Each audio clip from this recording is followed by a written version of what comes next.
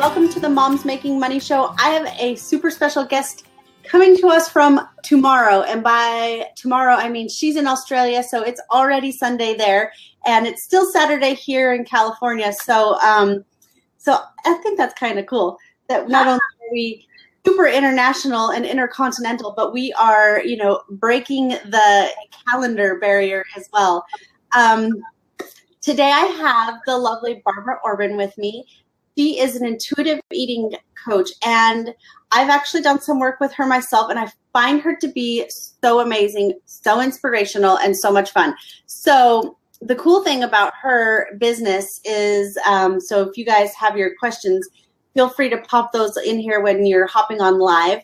And if you're catching the replay, be sure to type in replay. But the cool thing about what she teaches us is that you basically still get to eat whatever you want, and you can still get a lean, healthy body. So she's also been able to make that helping women. You pretty much work with only women, yeah, for the most part?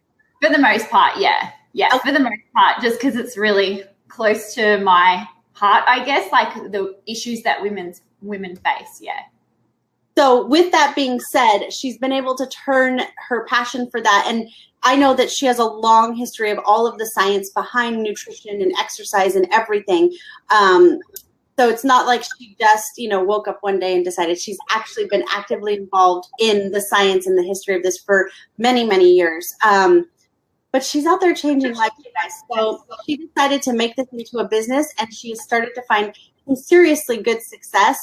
And I'm going to actually turn it over to Barbara and have her just give us a little bit of insight on what actually made her decide to take that first step and making her. Yes, for many, many years now, due to my own issues and struggles with it all.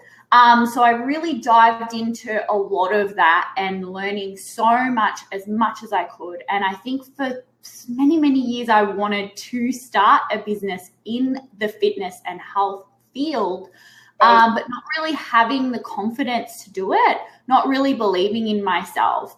And I think it all ties in together with everything that I was struggling with kind of in my early 20s and things like that. So definitely, I had a history with a lot of yo-yo dieting, a lot of fad diets, always trying to lose weight, always feeling guilty around food, always hopping onto the latest trends and fads and things like, at the time when I was in my early 20s, it was the Atkins, and cutting out carbohydrates, having a really high protein. And then I tried shakes, and I've tried everything, basically. You name it, I've tried it. And then I discovered the world of intuitive eating, learning about emotions and how they interact with our behaviors in eating and healing the relationship with food. And so really that's what led me down this path where I just felt like women didn't know enough from a holistic perspective of how to take care of themselves and manage their weight. And so that's really where the idea of my business came, because I felt like that information wasn't available to me. So I feel this really strong pull and need to provide that information to others, because I went through so much unnecessary suffering not having this information available to me. So it's such an emotional topic for me, and being able to provide that assistance and help to others means a lot to me. Just kind of filling some sort of a purpose, I guess. No, that's so awesome. And, especially because it's one of the things that you'd mentioned is that so many people, they really don't know. And marketing in the new, quote unquote nutrition world is so misleading. I remember my sister came over one day and she was so excited that she had found such a bargain on all these special K bars.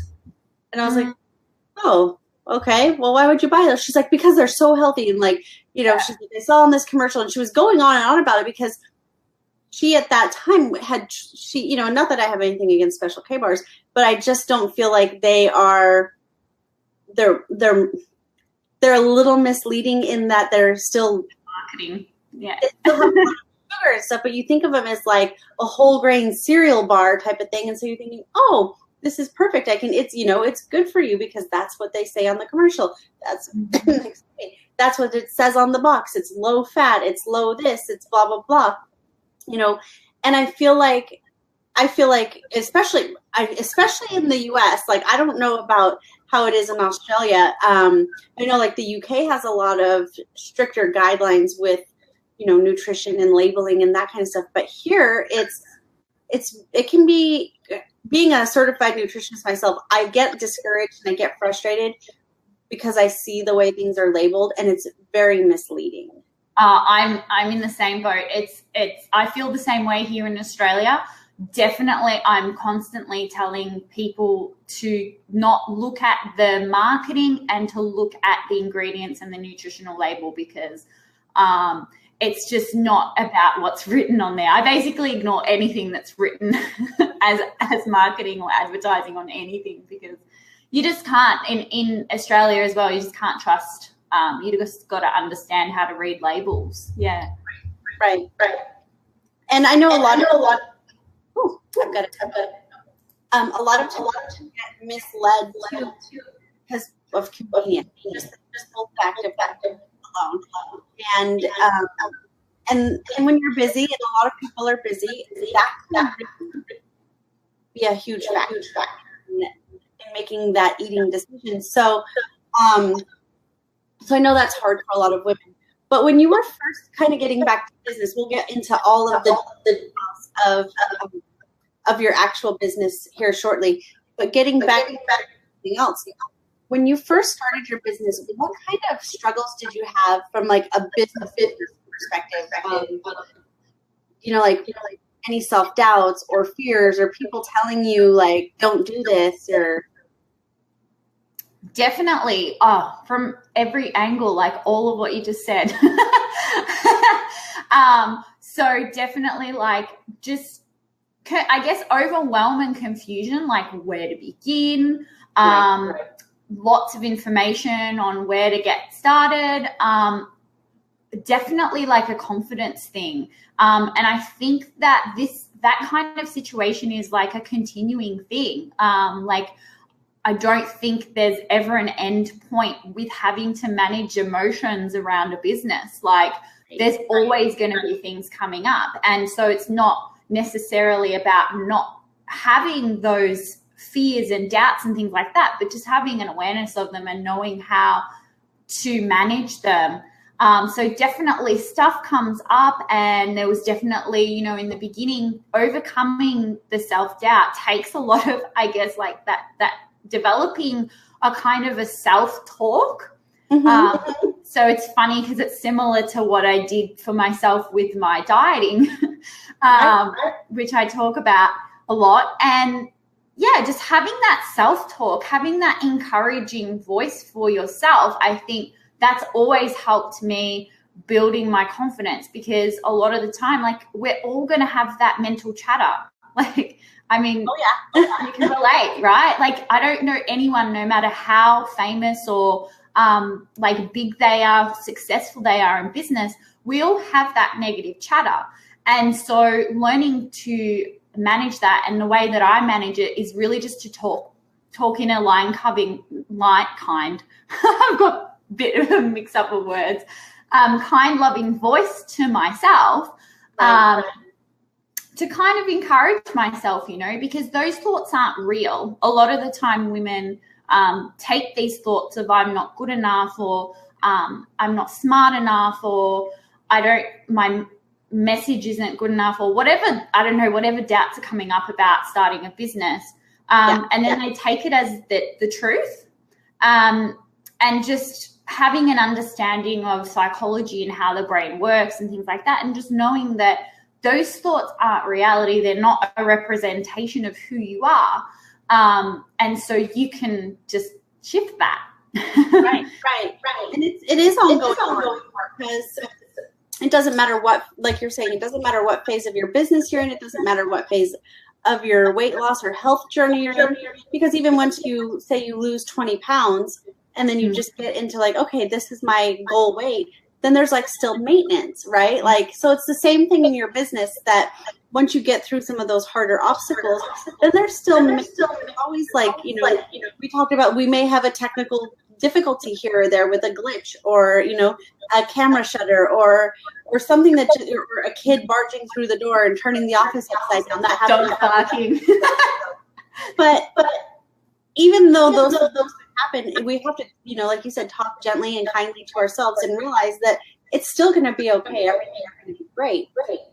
So one cool thing too that I think is neat that you do with your business, I'd love to dive into a little bit, and kind of, I mean, obviously there's no possible way that we could really cover everything in, you know, this episode, but maybe give us just like a few little like tips or takeaways. Your biggest thing, like when you talk to people about what you do, tell us, you know, like teach us what it means to be an intuitive eater, I guess. Yeah, so I guess being an intuitive eater compared to what I used to be like kind of feels like when like you were talking about before, like when you lose weight, I just feel like that's half the battle. Yeah. Or maybe even like a quarter of the battle. Honestly, I think the real battle lies in keeping it off, from my perspective. And what I've witnessed, and I guess with my kind of like observations of the last 10, 15 years of dieting of myself and watching other women, is that it's that whole trend of having it a lifestyle becomes not a lifestyle, but dieting. So like, it's kind of like walking on eggshells. You're constantly thinking about how not to gain the weight back or how to lose weight. So it's something that's constantly on your mind. Yeah. And I just don't believe that that's healthy or how we're necessarily meant to live. And I think that there's one thing to be healthy, and then it's another thing to avoid going out with friends, or avoid eating out, or avoid eating certain foods, or like having a slice of birthday cake for a special occasion or things like that. So I think it's important to have a balance in life. And I want to kind of break that belief that you can't be both, that you can't be healthy, that you can't have balance and have the body you want. I just think that you can have it all. And it's so much focused on like having that holistic approach and understanding. For me, the biggest thing was understanding how the brain works and how it influences your body, because a lot of people forget that the brain is connected to our body. So therefore your brain is actually governing a lot of your biological processes. Right. So that's really, really key here, because there's, having understood the body and studied it as much as I have, like I now just have this completely different understanding of how much your thoughts influence the actual biochemistry of the body and how things take place. So it's really amazing stuff. So hopping on, she says hi. Hi, Julie. Hello. Hi, Julie. Feel free to hit us with some of your questions if you have any questions about definitely. And basically still being able to live your life, eat the foods that you enjoy, and lose weight and be healthy. Like overall, that's what's important, is that you are able to maintain health through all of this. Exactly. And I know one thing that we talked about, so I'm going to kind of tell on myself a little bit, is, and you probably see this in your journey quite a bit, is women like me who feel like, or not so much feel like, but at some point think like, I'll do that after. Like, I'll do the healthy eating after. I'll take care of myself after. I'll do the self-care stuff after I take care of the kids, after I'm successful in my business, after all the afters, right? Mm-hmm. Do you have any words of wisdom that, because I know when we talked about it, you were like, if you take care of yourself first, your business is going to be better. Your relationships are going to be better. You're going to feel, more energized and have more fun playing with your kids because you feel better. So that's why I kind of stress the whole thing about like intuitive eating and self-care and whatever, because after we had that conversation, it like sat with me for a minute and I was like, yeah, she's totally right that like if I'm forcing all these things and not taking time to like fill that pleasure tank of my own, then everything, instead of everything just flowing and being fun and being light and then, you know, so I don't know, do you have any like Absolutely. thoughts on that? Oh my God, I've got loads. You won't be able to shut me up. No. So I think like this is something that we all struggle with. Like I have to sometimes kind of say, you know, am I looking after myself first? And I think a lot of the times with like when I was talking to you about it as well, like there's a great analogy of like when you're in a plane and they tell you that you have to put your oxygen mask on in an emergency before you put it on your child, right? Because if you're not looking after yourself first, like how can you take care of others? And I think the real thing is there is that aspect, but also the other aspect of where all of us have this huge list of things we should be doing, right? And so a lot of the time it's that extra layer of emotion that we add on top of ourselves that I'm not doing enough, or like this kind of a heaviness that we have because I have to do this or I should be doing that. And I think being aware of that and sometimes just saying to yourself that you're doing a great job and you've done enough can just take those emotional layers off and not have such a heaviness around your life. I think that's kind of the observations I've made with myself. Whenever I've got something hanging over my head of I should be doing this and I should be doing that, and just taking a step back and kind of saying, hey, I'm doing a great job. And also a lot of the time when we want to make a change in something, it's such a trend to think that we have to do it all at once. And I think that you can just make the tiniest small steps and just really develop that kind of a mentality where you are constantly giving yourself, like rewarding yourself in a mental sense, like kind of saying, hey, that's great. Like you made that small shift. Like even if it's a tiny shift in healthy lifestyle or a tiny shift in looking after yourself, like if you're so busy and you can't think of like taking half an hour each day for yourself, like don't start with that much of a big task, you know, because it's going to overwhelm you. And so, yeah, because a lot of it is we want to make a change in some part of our lives. We realize how much is required. We get overwhelmed, and then that's where it keeps on getting pushed away. I'll do it when I blah, blah, blah. And the reason for this is because we've created this idea of how difficult the task is going to be. And the mental trick is to simplify, is always to simplify and basically trick your brain into thinking it's easy. And the way you do that is just to break it down and start small. And that way you can shift many areas of your life without feeling like it's a big job. Yeah, you have to run a mile before you can run 10, right? Julie has a question here. Hang on one second. I'll pop it up here. Do you have any recommendations for people with PCOS? Yeah, excellent question. I myself struggled with polycystic ovaries.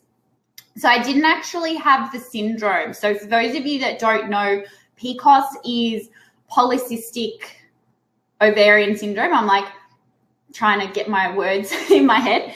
It's still early in the morning in Australia, people. I know, very early. And the other thing is people were partying next door till like 1 o'clock in the morning. So forgive me. But yeah, so PCOS for short is polycystic ovarian syndrome. So some people can have the syndrome, which means that when they have a blood test, their hormones are out of whack, in addition to having the polycystic ovaries show up on an ultrasound. So I had the polycystic ovary show up on the ultrasound, but my blood work was fine, but I had a lot of the symptoms of the polycystic ovaries. And so the syndrome is everything. So you've got the blood work, the hormones are out of whack. So I think with anything, it's important, again, to take a holistic approach, because I've had lots of chronic issues such as gut, hormonal, you name it, like back issues. And looking back at my journey with overcoming all of them, I felt very overwhelmed with a lot of advice out there on what to do. And I think the best kind of information for you, besides like the practical tips that can be given, is to just remember that you're an individual, and it can sometimes take a lot of trial and error to find out what works for you. The best thing for me that I think contributed the most with my polycystic ovaries was actually Chinese medicine and acupuncture, believe it or not. I'm very much a fan of trying different natural therapies, because not that I don't believe in, I think it's important, doctors have their place, but I'm much more looking at preventative measures. So, it's really important to look at different types of treatment. So for me, the Chinese medicine and acupuncture, I committed to 9 months of acupuncture, which was quite a big thing. To commit to that much treatment. The cost is, it's quite a significant investment. But that changed my life, in terms of my hormonal health. I was also seeing a naturopath as well, which helped. And the good news is that my doctor wanted to put me on diabetic medication at the time, and I didn't, because of course, for those of you that don't know, the polycystic ovaries have a connection to insulin resistance. So often people with PCOS get put on diabetic medication, and I managed to avoid having to do that through just changing my lifestyle, going through the acupuncture and Chinese medicine. And so, I think though from an overall perspective, it's important to understand that each individual needs to look at themselves, not only what they're eating, right, and how often they're exercising, but their mental health as well. And that changing your entire lifestyle just to overcome the PCOS can give you a lot of mental anguish. Yeah. Well, and, I know sometimes with that, and with insulin stuff, you can have, the stress of it all can kind of, it's almost like a vicious cycle where, when you're having stress, it increases your syndrome, but then having the syndrome increases your stress, which then in turn keeps increasing, all of the symptoms and blah, blah, blah. So it's like a vicious cycle. Mm-hmm. I know that oftentimes people are told, in order to normalize your hormones, in order to do these things for PCOS, they're often suggested to go on a ketogenic diet. So I have something to say about that. Okay. I'm not against keto per se. I think with any type of diet, it's important to understand that there's going to be scientific evidence for and against it.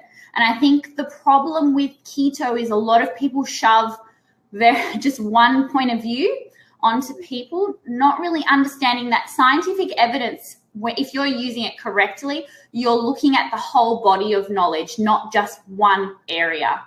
And I think that's where a lot of people get swayed to believe certain things, because people are very good at persuading. If they want to tell people to eat a certain way, they're very good at persuading them and using scientific evidence as a way to persuade. And I just think that it's misguided, because if you're truly going to use scientific evidence, you need to understand the body of nutrition evidence, and that there's not just a one size fits all ever.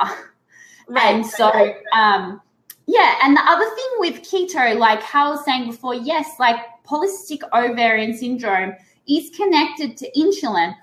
But if somebody's consuming a diet made up of 70% of their, or 80%, or whatever, a really high carbohydrate diet, right? Or let's say somebody's consuming a diet coming 70% of carbohydrates, right? And they're very processed carbohydrates.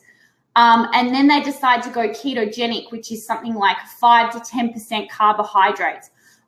It's not healthy to make such a jump. So you could get the same benefits just from lowering your carbohydrates by 10% and then another 10% and maybe going down to 40 or 50% carbohydrates. You'll still get the same benefits that you get from lowering your carbohydrates, right? But you're not going to such an extreme.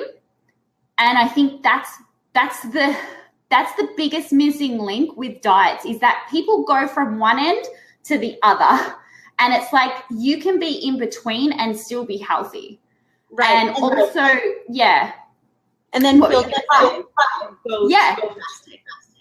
Yeah, exactly. So without feeling deprived, and just switching up carbohydrates from processed to more less processed sources. And not forgetting that vegetables are like the most healthiest food in the world, and they are carbohydrates. So, exactly. One other thing I wanted to touch on, I won't keep you all day because I know I'm a total like nutrition, food, science like geek. I love all this stuff. So I could sit and talk to Barbara all day about nutrition science. But one thing that I found was very revealing for me, as well as a little bit surprising, is the emotional eating. Because at first I was like, oh, I'm not really an emotional eater. Like, I don't get stressed out and then eat. I don't get, and then I'm like, actually, I am an emotional eater. And then it's like, then I was able to kind of backtrack. Like, for me, when I was having like an anxiety attack, I'd be like, I just need to take a break, and I'm going to go to Starbucks and I'm going to get a cup of iced coffee. And then it was like, well, why is that my trigger food? Why was that my comfort thing? And, so it took the work. I had to like sit down and think about it. And then I was like, oh, because when I was a kid, don't judge me or don't judge her, you guys. My grandmother used to let us drink iced coffee at her house. I was like 12, right? 10 or 12, something like that. And it was kind of like a little special treat. But it wasn't so much the iced coffee, like, yeah, it was fantastic. And I still like iced coffee, but it was like, it was the way that it was given to us.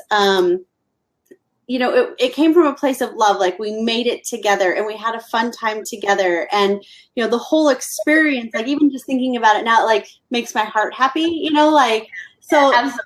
Yeah. So that's how I kind of, it's like, then I'll go have an iced coffee when I'm having like an anxiety attack, and it kind of like brings me back down a level, and subconsciously, because I wasn't thinking about my grandmother every time that I was going to get an iced coffee, but something about it, and maybe there's something in the caffeine as well, but something about it just brought me back down to earth a little bit and got me off that like anxiety edge. So that, for those of you guys who want to know what my emotional eating trigger was, it was iced coffee. And I still enjoy iced coffee from time to time, not nearly as much, but that was something that Barbara actually helped me kind of reveal about myself. And she didn't like force it. She just said, think about these things here.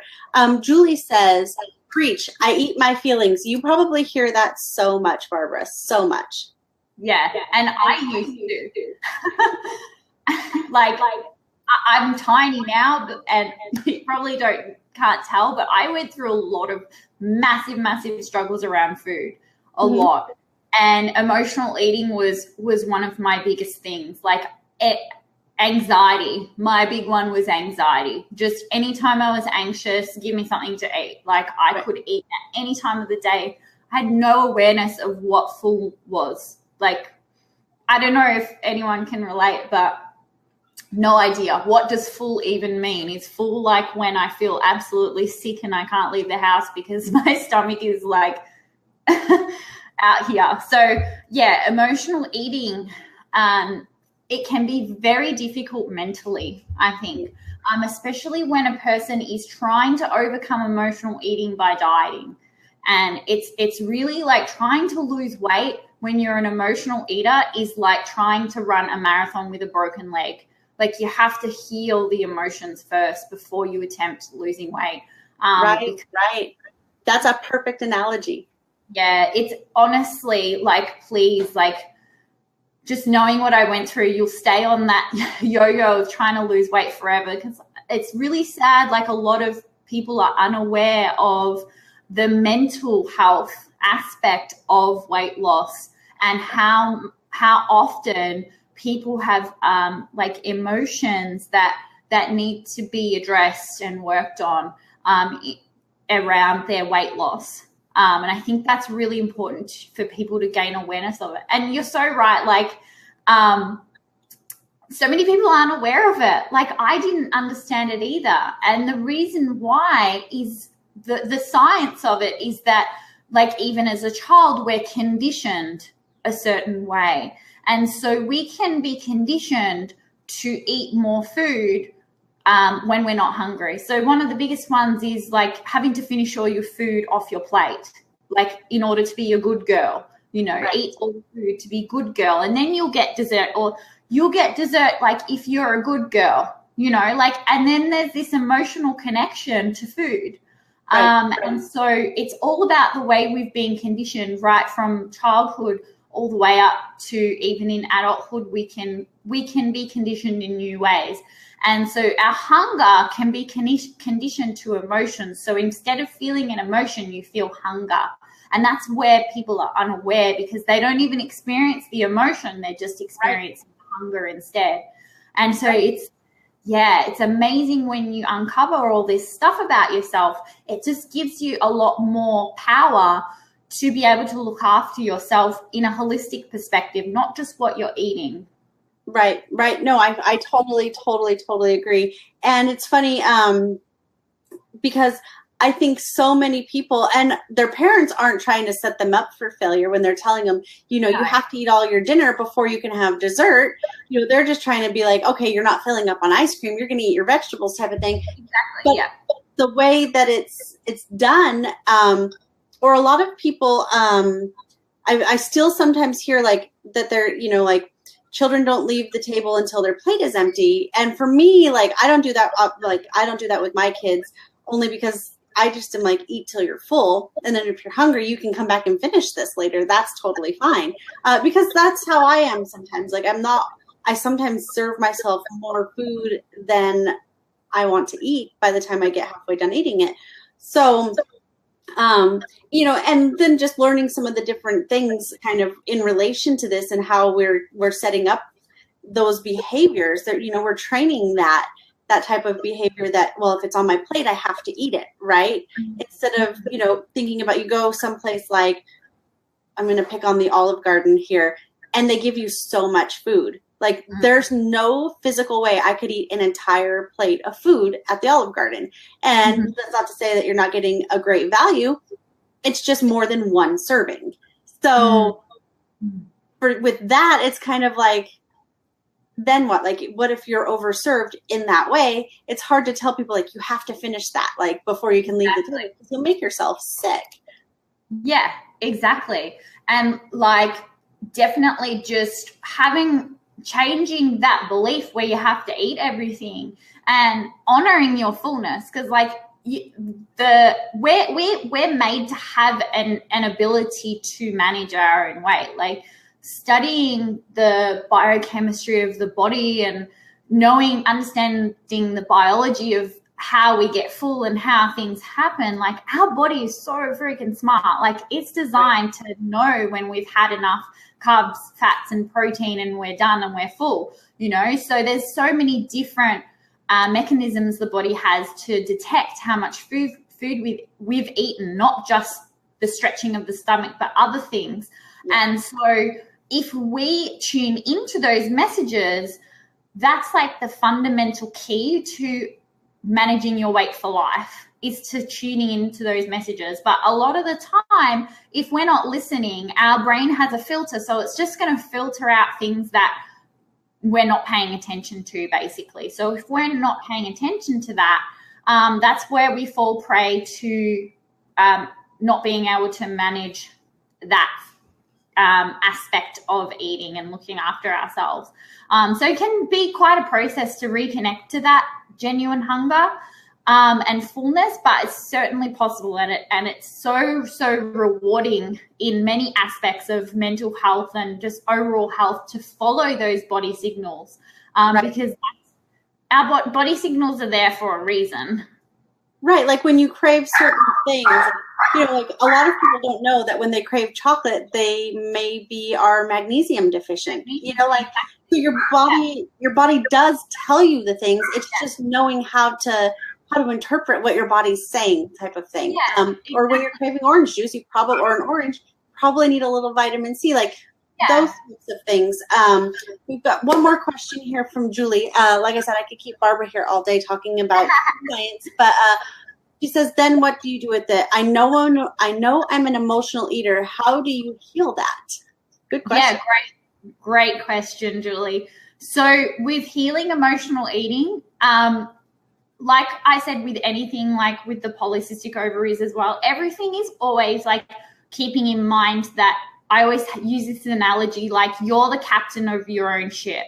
Like you're going to have to take in information from everywhere and then decipher it for yourself and figure out what's going to work for you, because it's that connection between like that mind, body, soul, kind of bringing all aspects of yourself together so that you're not only just following something, but you're happy as well, and you're learning and overcoming the issues at your own pace.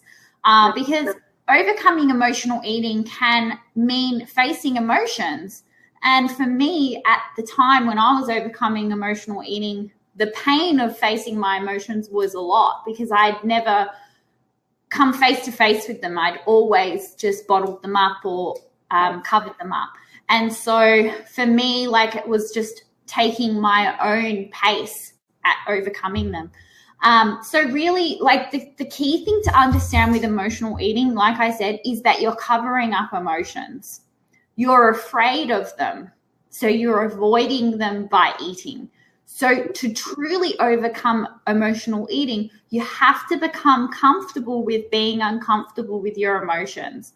If that's kind of like a sum up of it, that's what it is. And because emotions aren't as scary as we make them out to be, it's actually the belief that they're scary that makes them scary. Yeah, so the real key is it lies in it's mental from that perspective, but then there's always, you know, the other perspectives as well, like we were talking about. Like you have to become more intuitive with your eating. You have to listen to your body signals. You have to be able to distinguish between emotional hunger and real hunger. Like you said as well before, like the triggers, like learning your triggers, slowing down the trigger, slowing down the pattern when you experience emotional hunger, and step by step, each step knowing how to decipher why you're hungry in that moment. Like those are the key kind of individual things that help overcome it. And then just something else which I might like to add that I find a lot of other emotional eating programs and books and stuff don't cover, and that is the law of attraction and the importance of your identity. And I kept on labeling myself as I am an emotional eater, which is fine, like to educate yourself and to learn about it. But then there comes a point where you've already learned what you need to do, but you're still bogged down by that identity. And then creating a new identity and moving forward and saying, I am like just a normal person. Right. You know, and moving forward from that, being bogged down with, I am a person with weight issues. I'm a person with emotional eating. I'm a person with PCOS, you know, and moving past those thoughts and reprogramming those thoughts and the mind to work with you so that you can move forward. Yeah, that's really important as the kind of the final step and piece of the puzzle that I had to overcome. Would you recommend somebody who is maybe they're noticing like, okay, I'm totally craving a piece of chocolate cake, or like for me, like I'm really having like some anxiety today. I really want that iced coffee or whatever. Would you then, I mean, for me, I can recognize and be like, you don't really want the iced coffee. You're having like a moment, you know, so I can kind of like shake it up, right? Most of the time. But would you recommend that somebody who's in that moment, like, okay, I recognize this is about to be like an emotional eating like disaster. I'm about to eat this whole chocolate cake or whatever it is food, right? Would you recommend instead of like journaling, like, okay, this is why I feel how I feel right now, and this is what's coming up for me. Like, is that part of? Would that be a good suggestion? Yeah, definitely. So a lot of the time in the moment, when I'm feeling a particular emotion, I would ask myself why I'm feeling the particular emotion. When you ask yourself that question, when you prompt yourself that question, if you want to journal about it, you're going to start journaling about the thoughts that and the beliefs that are leading to that emotion. Okay. And so with emotional eating, you could ask yourself, how am I feeling, first of all? From an emotional sense, not the hunger or the whatever. How am I feeling? Like, am I upset about something? Am I anxious, or am I happy? You know, what am I feeling? And then diving deeper into then the next layer of what's the emotion? What are my particular beliefs, et cetera, et cetera. There's one more thing that I want to add with this is that if you're like eating the whole chocolate cake and then you're telling yourself not to eat the whole chocolate cake, it's going to be difficult to go from somebody who's an emotional eater a lot of the time to not being an emotional eater. Like anything, it needs to be a gradual process. Otherwise, your body's not going to be able to adjust from having like a larger amount of like sweet foods to a smaller amount of sweet foods. Also, just because of the chemicals involved in the brain, it's kind of like giving up a drug, I guess. Like, kind of like if you're giving up smoking, like you'll switch to nicotine patches or something like that. Like for me, one of the biggest things that helped me was saying, okay, you can have chocolate cake, Barbara, because one of my big triggers was mud cake. And it's funny because I don't even eat mud cake anymore. But I used to sit in my car and eat mud cake with my fingers. I'm not even, and I ate it in my car because I was ashamed of eating it in front of other people. Right. And so I eat mud cake in the car with my fingers. And so one of the first steps for me, besides all that emotional stuff, besides all the journaling and all that, was to actually say to myself, Barbara, you can have chocolate cake. And then I kind of designated a time where I allowed myself a piece of chocolate cake and a certain amount. Whereby I didn't feel deprived, keep on saying to myself, you can't have the chocolate cake, you can't have the chocolate cake, because then it would just turn all you think about. Yeah. And then it'd last for like 2 weeks, and then I'd be in the car and I'd be eating chocolate cake with my fingers and going, what the hell am I doing? Right. And then the guilt comes, and then once that guilt comes in and you're like, well, all my hard work is down the drain right now, then it perpetuates you into like a downward spiral instead of just being like, I'm having this chocolate cake. It's on the calendar for Friday and I'm going to love it. And it feels so good. And it's so amazing. And then tomorrow I'm going to have vegetables for breakfast again, and back to the daily grind or whatever, whatever your normal way of eating is. And I think that's a hard like lesson to adapt into your reality, that like, because we're so trained.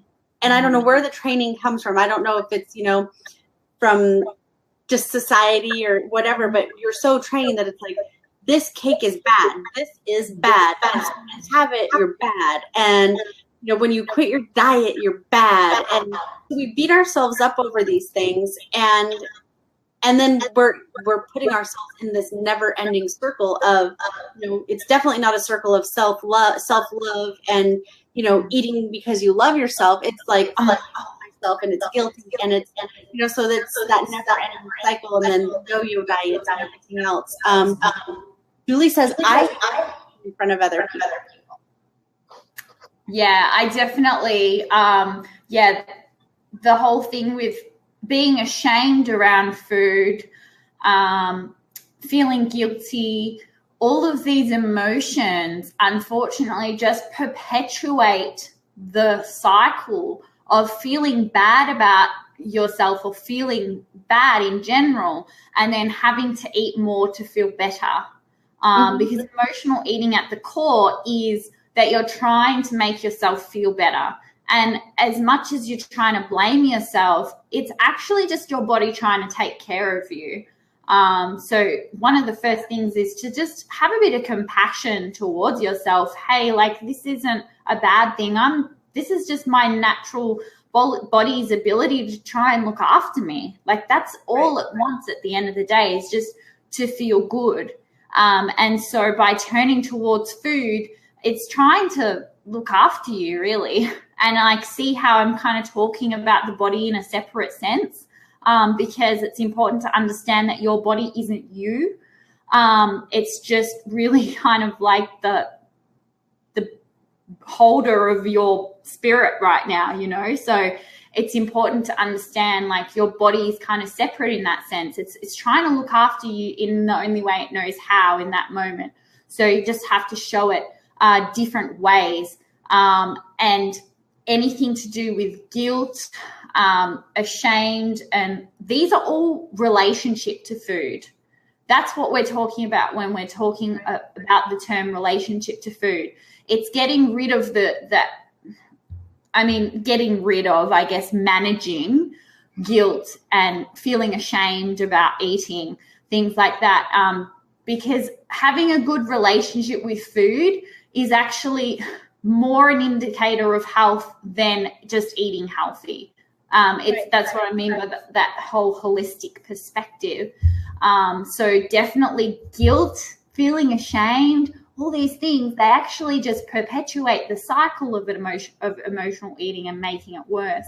And that's why I think a lot of women unknowingly gain weight after dieting and yo-yo dieting, because of those feelings.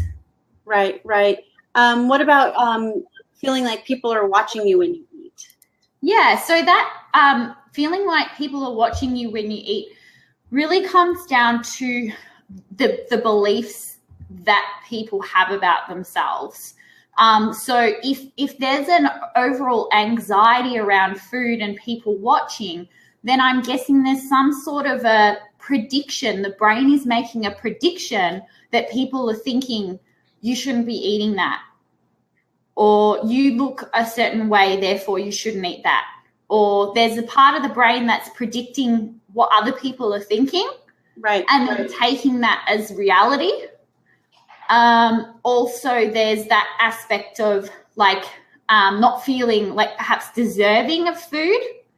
So there's a lot of different things to look at to break down those particular emotions and anxiety around food, and then you can overcome those issues and circumstances around food. But definitely there, with those type of issues, there's a part of the brain that's predicting that people are watching you. Because if there's that fear of people are watching me, there's a fear of people judging, right? And it's that imagination, now part of the brain. I call it the drama queen sometimes. It's like predicting a catastrophe, right? It's predicting the worst situation.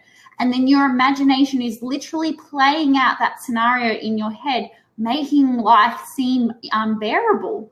Right. So then you can't cope with eating in front of other people, because your imagination is creating this thing where everybody's judging you. And then it can perpetuate if they actually do judge you, and say something. Yeah, which happened to me actually, believe it or not.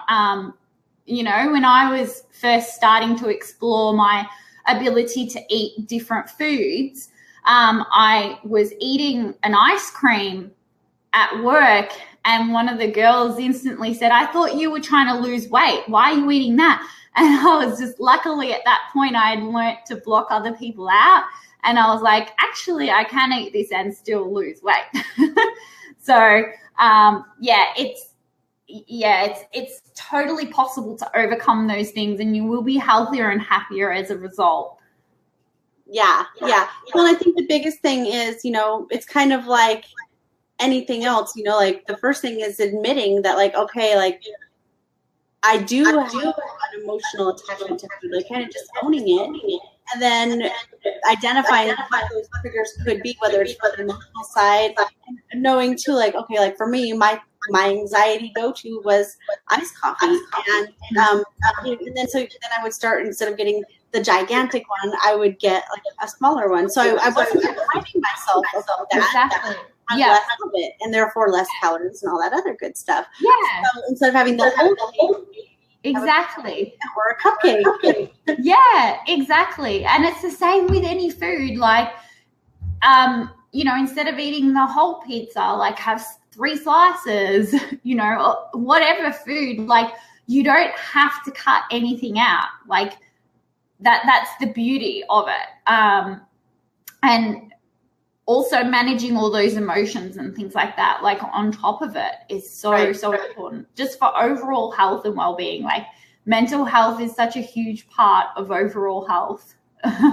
Yeah. And I think too, like even outside of like the weight loss aspect of it, because like that's obviously like a huge bonus, but once you're able to like face those emotions head on, then you kind of are like, okay, you don't control me anymore, emotions. I control you. And I think from a mental health like standpoint, like being in control of your own self is a huge stride, even bigger than the weight loss thing. Like, so I said, like the weight loss part of it is a huge bonus, but being able to be in control of your own life is huge. Huge. Like, definitely. I think the biggest thing that I've gained out of my journey with the whole dieting, emotional eating, and all of that stuff was definitely just coming out as a person that felt empowered. That's kind of how I feel. I feel empowered because I know that I am in charge of what goes on in my life. And that's an amazing feeling to have. To not feel like you're the victim of your life or the victim of your emotions and how you're feeling. And I used to have depression every single year, and I don't get that anymore. Oh, nice. Yeah. Good. And so that I feel like, like for you can eat whatever you want, and you learn to make more educated decisions on the things that you do actually eat, like. So, I mean, obviously it's like you can't have like a box of Hamburger Helper every single meal and think that that's healthy eating. And all these food people are probably like going to throw rocks at me or something one day, but because I'm talking about how they're not actually healthy foods. But the point is it's a processed food. And so you can't actually eat that every day and then have the expectation that something's going to change or that it's considered a healthy food. So I think part of the whole process is encompassing that, one, you have to educate yourself on the emotions, you have to educate yourself on your triggers, and you have to educate yourself on what's really in the things that you're eating, like, is it whole foods? Is it processed? Like just knowing the difference in that. And I know that in your No Diet Babe program that you do talk about, how to make better decisions when you're making food decisions, you know what I mean?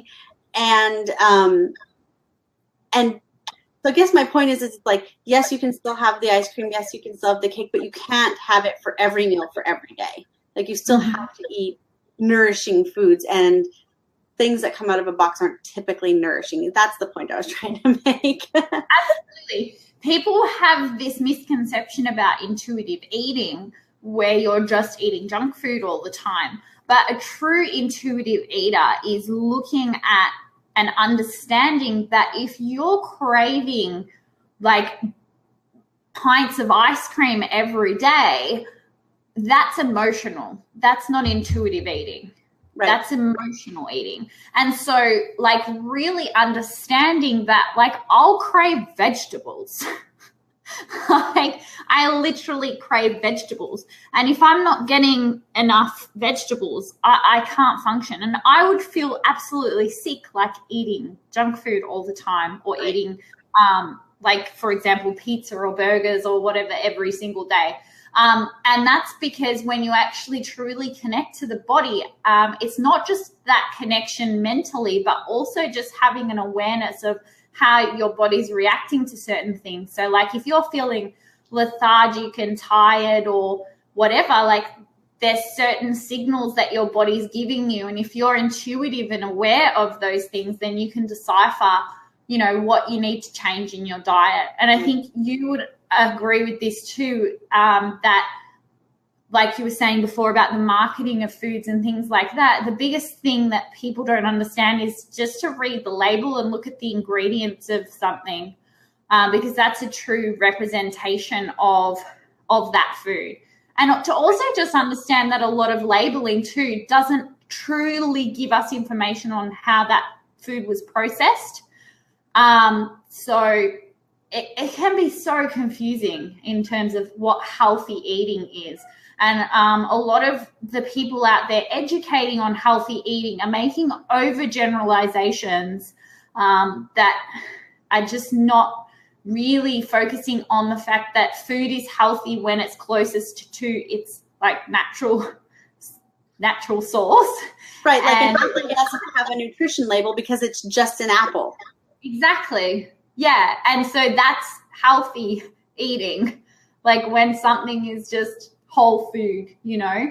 And so I think that's kind of the most important thing, and the confusion with healthy eating, because people are somewhat led to believe, you know, that carbs are unhealthy, or like there's so many overgeneralizations, you know, and it's much more in-depth and complex than that, and it's more of an individual thing as well.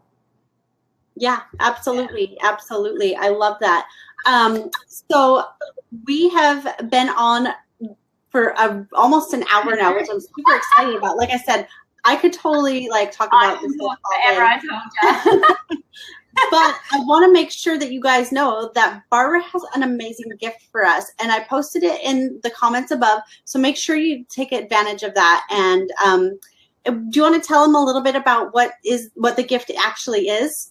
Yeah, sure. So it's access to like a little library that I have on my website. So one of the great things about this library, one of my favorite things are like I've got 2 trainings on there. So if you click on the library section, there's a training there on where I kind of decipher all these emotional eating things, how to actually tell if you're an emotional eater. So if you're having some confusion over whether or not you're an emotional eater, you can check out that training. Also, because the training has several videos, there's 3 videos within that one training. And I also talk about weight loss and how to decipher your different goals and beliefs around weight loss, which I think is really that first step in truly moving forward with your goals.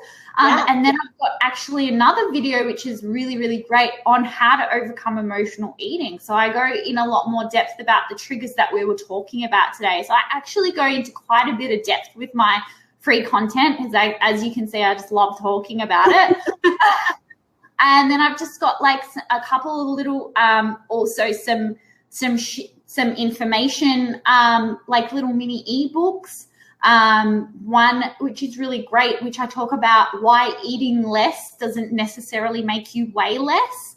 So I talk about the science behind your metabolism, things like that. So it's kind of like an introductory into the type of things that you would learn in the No Diet Babe Academy.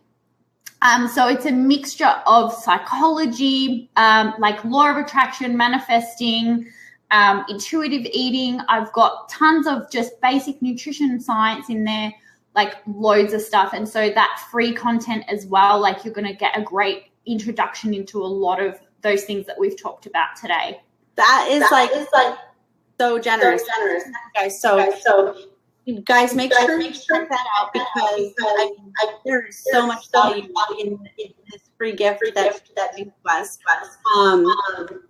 So we're going to go ahead and wrap, because like I said, it's like first thing in the morning tomorrow in Australia, and I can hear my little kiddos like banging on the door. So no, I didn't lock them out. They're out there with their dad. So, but this was such a great interview. I am so excited that I got to connect, because we have such crazy time zone difference. I'm so grateful that you decided to join us and share so much with us, like so much. Thank you so much for having me. I've loved it. And yeah, I just love spreading this message, just helping women. I absolutely love it. So thank you so much for having me. It's my pleasure. It's my pleasure. Okay, everybody, make sure that you click the link above, get Barbara's, it sounds like a pretty substantial library.